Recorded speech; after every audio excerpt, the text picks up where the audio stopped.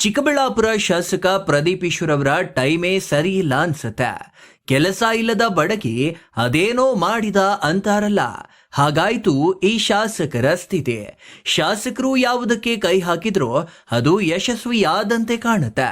ಆದರೆ ಕ್ಷಣಾರ್ಧದಲ್ಲೇ utter flap ಆಗುತ್ತಿದೆ. ಈ ಪಟ್ಟಿಗೆ ಇದೀಗ ಮತ್ತೆ 2 ಹೊಸ ವಿಚಾರಗಳು ಸೇರ್ಪಡೆಯಾಗಿವೆ. ಈ ವಿಚಾರಗಳಾದ್ರೂ ಯಾವುದು ಅಂತೀರಾ? ನೀವೇ ನೋಡಿ. ರಮೇಶ್ ಅಣ್ಣವರು ಚುನಾವಣೆಗೆ ನಿಂತಿದ್ರು. ಆಗ ಆಂಜನಪ್ಪಣ್ಣವರು ಎಲ್ಲ ನಮ್ಮ ಹಿರಿಯರು ಪ್ರಯತ್ನ ಪಟ್ವಿ. ಸ್ವಲ್ಪದ್ರಲ್ಲಿ ಹಿನ್ನಡೆ ಆಯಿತು. ಸೊ ಅದಕ್ಕೆ ನಾಮನಿರ್ದೇಶನ ಮಾಡಿಸ್ಬೇಕು ಅಂತ ಎಲ್ಲರ ಸಹಕಾರದೊಂದಿಗೆ, ವಿಶೇಷವಾಗಿ ನಮ್ಮ ಮುಖ್ಯಮಂತ್ರಿಗಳು ಡಿ ಕೆ ಶಿವಕುಮಾರ್ ಸಾಹೇಬರು, ಬೈರತಿ ಸುರೇಶ್ ಅಣ್ಣವರು ಮತ್ತು ಜಿಲ್ಲೆಯ ಎಲ್ಲರೂ ಹಿರಿಯರ ಆಶೀರ್ವಾದದಿಂದ ಅವ್ರಿಗೆ ನಾಮನಿರ್ದೇಶನ ಆಗಿದೆ. ಎಳ್ಳೊಳ್ಳಿ ರಮೇಶ್ ಅಣ್ಣನವರ ಕುಟುಂಬದ ಋಣ ನನ್ನ ಮೇಲೆ ಇದೆ. ವೀಕ್ಷಕರೇ, ಈ ಹಿಂದೆ ಬಗರ್ ಹುಕುಂ ಸಮಿತಿಯನ್ನ ಸರ್ಕಾರವೇ ರಚನೆ ಮಾಡಿತ್ತ. ಅದಕ್ಕೆ ಶಾಸಕರ ಅಂಕಿತವೂ ಆಗಿ ಸಮಿತಿ ಚಾಲ್ತಿಯಲ್ಲಿತ್ತ. ಆದರೆ ಯಾವುದೋ ಕಾರಣಕ್ಕೆ ಶಾಸಕರು ಏಕಾಏಕಿ ಇಡೀ ಸಮಿತಿಯನ್ನ ರದ್ದುಪಡಿಸಿ ಹೊಸ ಸಮಿತಿಯನ್ನ ರಚನೆ ಮಾಡಿದ್ರ. ಪರಿಣಾಮ ಹಳೆ ಸಮಿತಿಯ ಸದಸ್ಯರೊಬ್ಬರು ಕೋರ್ಟಿನ ಮೆಟ್ಟಿಲೇರಿದ್ರ. ದಾಖಲೆಗಳನ್ನು ಪರಿಶೀಲಿಸಿದ ಕೋರ್ಟ್ ರಾಜಕೀಯ ಉದ್ದೇಶಕ್ಕಾಗಿ ಮಾಡಿದ ಆದೇಶ ಒಪ್ಪಲು ಸಾಧ್ಯವಿಲ್ಲ ಎಂದು ಹೇಳುವ ಮೂಲಕ ಶಾಸಕ ಪ್ರದೀಪ್ ಈಶ್ವರ್ ಅವರಿಗೆ ಹಿನ್ನಡೆಯಾಗಿದೆ. ಇನ್ನು ಇದು ಒಂದು ಕಡೆಯಾದರೆ, ಇಂದು ನಡೆದಿರೋ ವಿಚಾರ ಇದೆಯಲ್ಲ, ಅದು ನಿಜವಾಗಿಯೂ ಶಾಸಕರಿಗೆ ತುಂಬಾ ಶಾಕ್ ನೀಡಿದೆ. ಅದೇನು ಅಂತೀರಾ? ಚಿಮೂಲ್ ನಾಮನಿರ್ದೇಶನ ವಿಚಾರದಲ್ಲಿ ನಿನ್ನೆ ಸರ್ಕಾರ ಮಾಡಿದ್ದ ಆದೇಶವನ್ನ ಇಂದು ಅದೇ ಸರ್ಕಾರ ರದ್ದುಪಡಿಸಿದ. ನೂತನ ನಾಮನಿರ್ದೇಶನ ಸದಸ್ಯರಾಗಿ ಅಧಿಕಾರ ವಹಿಸಿಕೊಂಡ ಕೆಲವೇ ನಿಮಿಷಗಳಲ್ಲಿ ಆದೇಶ ರದ್ದಾಗಿದೆ. ಆದೇಶ ಮಾಡಿದ್ದು ಯಾಕೆ ಮತ್ತು ರದ್ದು ಮಾಡಲು ಕಾರಣವೇನು ಎಂಬಿತ್ಯಾದಿ ಪ್ರಶ್ನೆಗಳಿಗೆ ಇದೀಗ ಜಿಲ್ಲಾ ಉಸ್ತುವಾರಿ ಸಚಿವರೇ ಉತ್ತರ ಹೇಳಬೇಕಿದೆ. ಚಿಕ್ಕಬಳ್ಳಾಪುರ ಕ್ಷೇತ್ರದಲ್ಲಿ ಕಳೆದ 48 ಗಂಟೆಗಳಲ್ಲಿ ಭಾರೀ ರಾಜಕೀಯ ಕೋಲಾಹಲವೇ ಉಂಟಾಗಿದೆ. ಮೊದಲನೆಯದಾಗಿ ಬಗರ್ ಹುಕುಂ ಸಮಿತಿ ರಚನೆ ವಿಚಾರದಲ್ಲಿ ಶಾಸಕ ಪ್ರದೀಪ್ ಈಶ್ವರ್ ತೀರ್ಮಾನಕ್ಕೆ ರಾಜ್ಯ ಹೈಕೋರ್ಟ್ ತಡೆ ನೀಡಿದ್ರೆ, ಮತ್ತೊಂದು ವಿಚಾರ ಚಿಮೂಲ್ ನಾಮನಿರ್ದೇಶನ ನೇಮಕ ವಿಚಾರದಲ್ಲಿ ಸರ್ಕಾರ ಮಾಡಿದ ಆದೇಶವನ್ನ ಸರ್ಕಾರವೇ ರದ್ದು ಮಾಡುವ ಮೂಲಕ ಜಿಲ್ಲಾ ಕಾಂಗ್ರೆಸ್ನಲ್ಲಿ ಗೊಂದಲಕ್ಕೆ ಕಾರಣವಾಗಿದೆ.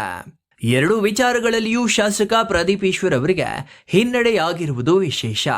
ಇಲ್ಲಿ ನೋಡಿ, ಈ ಆದೇಶ ಕಾಣ್ತಾ ಇದೆಯಲ್ಲ, ಈ ಆದೇಶ ಆಗಸ್ಟ್ 18ರಂದು ರಾಜ್ಯ ಸರ್ಕಾರ ಇಲಾಖೆಯ ಅಧೀನ ಕಾರ್ಯದರ್ಶಿಗಳಾದ ಜಿ ರಂಗನಾಥ್ ಅವರು ರಾಜ್ಯಪಾಲರ ಆದೇಶದನುಸಾರ ಹೊರಡಿಸಿದ ಆದೇಶವಿದೆ. ಈ ಆದೇಶದಲ್ಲಿ ಚಿಕ್ಕಬಳ್ಳಾಪುರ ಹಾಲು ಒಕ್ಕೂಟದ ಚುನಾವಣೆ ನಡೆದ ನಂತರ ಸರ್ಕಾರದ ನಾಮನಿರ್ದೇಶನ ಸ್ಥಾನಗಳಿಗೆ ಕಾಕಲಚಿಂತ ರಾಜಣ್ಣ ಅವರನ್ನ ನೇಮಿಸಿ ಆಗಿನ ಜಿಲ್ಲಾ ಉಸ್ತುವಾರಿ ಸಚಿವರಾಗಿದ್ದ ಡಾಕ್ಟರ್ ಎಂಸಿ ಸುಧಾಕರ್ ಅವರು ನೇಮಿಸಿದ್ದರಲ್ಲ, ಆ ಆದೇಶ ರದ್ದುಪಡಿಸಿ ರಾಜಣ್ಣ ಅವರ ನೇಮಕ ರದ್ದು ಮಾಡಿ ನೂತನ ನಾಮನಿರ್ದೇಶನ ಸದಸ್ಯರಾಗಿ ಯಲುವಹಳ್ಳಿ ರಮೇಶ್ ಅವರನ್ನ ನೇಮಿಸಿ ಆದೇಶ ನೀಡಲಾಗಿತ್ತು. ಹಾಗಾಗಿ ಇಂದು ಬೆಳಗ್ಗೆ ಯಲುವಹಳ್ಳಿ ರಮೇಶ್ ಅವರೊಂದಿಗೆ ಚಿಮೂಲ್ಗೆ ಆಗಮಿಸಿದ ಶಾಸಕ ಪ್ರದೀಪ್ ಈಶ್ವರ್ ಏನು ಮಾತನಾಡಿದ್ರು ನೀವೇ ಕೇಳಿ. ಕಳೆದ 40-45 ವರ್ಷದಿಂದ ಸ್ಟೂಡೆಂಟ್ ಲೀಡ್ರಾಗಿ ಯೂತ್ ವಿಂಗಲ್ಲಿ ಎಲ್ಲದರಲ್ಲೂ ಕೆಲಸ ಮಾಡ್ಕೊಂಡು ಬೆಳೆದಂಥ ಕಾಂಗ್ರೆಸ್ನ ಕಟ್ಟಾಳು ವ್ಯಕ್ತಿ. ಈವನ್ ನನಗೆ ಟಿಕೆಟ್ ಆಗೋ ಕೂಡ ಮೊಯ್ಲಿ ಸಾಹೇಬರ ಮನೆಯಲ್ಲಿ ಇವರು, ಗಂಗ್ರೆಕಾಲು ನಾರಾಯಣ ಸ್ವಾಮಣ್ಣ ಎಲ್ಲ ರೇಸಲ್ಲಿದ್ದರು. ಇವರೆಲ್ಲರೂ ತ್ಯಾಗ ಮಾಡಿ ನನಗೆ ಟಿಕೆಟ್ ಕೊಡೋದ್ರಲ್ಲಿ ದೊಡ್ಡ ಪಾತ್ರ ವಹಿಸಿದ್ರು. ಜಿಲ್ಲಾ ಗ್ಯಾರಂಟಿ ಸಮಿತಿ ಅಧ್ಯಕ್ಷರು ಮಾಡಿದ್ವಿ. ಅಣ್ಣನ್ನ KMF ನಿರ್ದೇಶಕರು ಮಾಡಬೇಕು ಅನ್ನೋದು ಆಸೆ ಇತ್ತು. ಆ ಕಾರಣಕ್ಕೆ ಚುನಾವಣೆಯಲ್ಲಿ ನಿಂತಿದ್ದರು. ಆದರೆ ಕೆಲವು ಸಮಸ್ಯೆಗಳಿಂದ ಸೋಲ್ಬೇಕಾಯಿತು.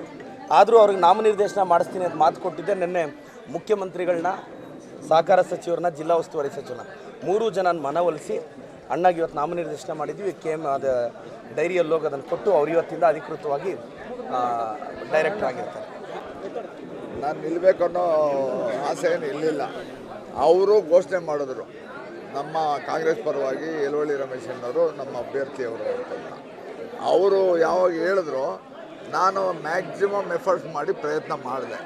ಆದರೆ ಕೆಲವು ಮತಗಳ ಅಂತರದಲ್ಲಿ ಸೋತೆ. ಆದರೂ ಕೂಡ ವಿಶೇಷವಾಗಿ ಕಾಳಜಿ ವಹಿಸಿ ಅವರು CM ಲೆವೆಲ್ವರೆಗೂ ಹೋಗಿ ಅವರು ನನಗೆ ಈ ಸ್ಥಾನವನ್ನು ಕೊಟ್ಟಿದ್ದಾರೆ. ನೋಡಿದ್ರಲ್ಲ, ಬೆಳಗ್ಗೆ 11 ಗಂಟೆಗೆ ಅಧಿಕಾರ ವಹಿಸಿಕೊಂಡ ಯಲುವಹಳ್ಳಿ ರಮೇಶ್ ಅವರಿಗೆ ಶಾಕ್ ನೀಡುವಂತೆ ಮಧ್ಯಾಹ್ನಕ್ಕೆ ಮತ್ತೊಂದು ಆದೇಶವು ಬಂದಿದೆ ನೋಡಿ. ಇಲ್ಲಿ ಕಾಣ್ತಾ ಇರೋ ಆದೇಶ ಆಗಸ್ಟ್ 19ರಂದು ಅದೇ ಸಹಕಾರ ಇಲಾಖೆಯ ಅಧೀನ ಕಾರ್ಯದರ್ಶಿಗಳಾದ ಜಿ ರಂಗನಾಥ್ ಅವರು ರಾಜ್ಯಪಾಲರ ಆದೇಶದನುಸಾರ ಹೊರಡಿಸಿದ ಆದೇಶವಾಗಿದೆ. ನಿನ್ನೆ ಹೊರಡಿಸಿದ್ದ ಆದೇಶ ರದ್ದುಪಡಿಸಿ ಇಂದು ಮತ್ತೊಂದು ಆದೇಶ ಹೊರಡಿಸಿದ್ದಾರೆ. ಅಲ್ಲಿಗೆ ಯಲುವಹಳ್ಳಿ ರಮೇಶ್ ಅವರ ನೇಮಕ ಕೇವಲ 1 ದಿನಕ್ಕೆ ಮಾತ್ರ ಸೀಮಿತವಾಯಿತಾ? ರಮೇಶ್, ಸುರೇಶ್, ಈ ಪ್ರಹಸನದಲ್ಲಿ ನಿಜವಾಗಿಯೂ ನೋವು ಅನುಭವಿಸಿದವರು ರಮೇಶ್ ಮತ್ತು ಸುರೇಶ್. ಹೌದಾ, ನೀವು ಈ ಹಿಂದೆ ನೋಡಿರಬಹುದಾ, 5 ಸ್ಟಾರ್ ಚಾಕೊಲೇಟ್ ಜಾಹೀರಾತಿನಲ್ಲಿ ರಮೇಶ್ ಮತ್ತು ಸುರೇಶ್ ಎಂಬ 2 ಪಾತ್ರಗಳು ಬರ್ತಿದ್ವಾ?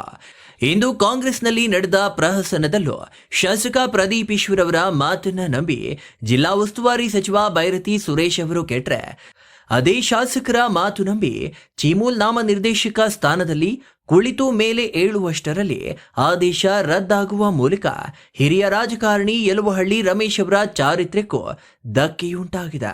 ಒಟ್ಟಿನಲ್ಲಿ ಶಾಸಕರ ಯತ್ನಗಳಿಗೆ ತಣ್ಣೀರು ಹಾಕಿದ್ದು ಮಾಜಿ ಸಚಿವರು ಎಂಬ ಗುಸುಗುಸು ಜಿಲ್ಲೆಯಲ್ಲಿ ಹಬ್ಬಿದ್ದು ಮಾಜಿ ಸಚಿವರ ಈ ಕೆಲಸಕ್ಕೆ ಮೆಚ್ಚುಗೆ ವ್ಯಕ್ತವಾಗಿದೆ. Jangalahalli Ashwath, power news 1, Chikkaballapur. ರಮೇಶ್ ಅಣ್ಣವರು ಚುನಾವಣೆಗೆ ನಿಂತಿದ್ರು. ಆಗ ಆಂಜನಪ್ಪಣ್ಣವರು ಎಲ್ಲ ನಮ್ಮ ಹಿರಿಯರು ಪ್ರಯತ್ನ ಪಟ್ವಿ. ಸ್ವಲ್ಪದ್ರಲ್ಲಿ ಹಿನ್ನಡೆ ಆಯಿತು.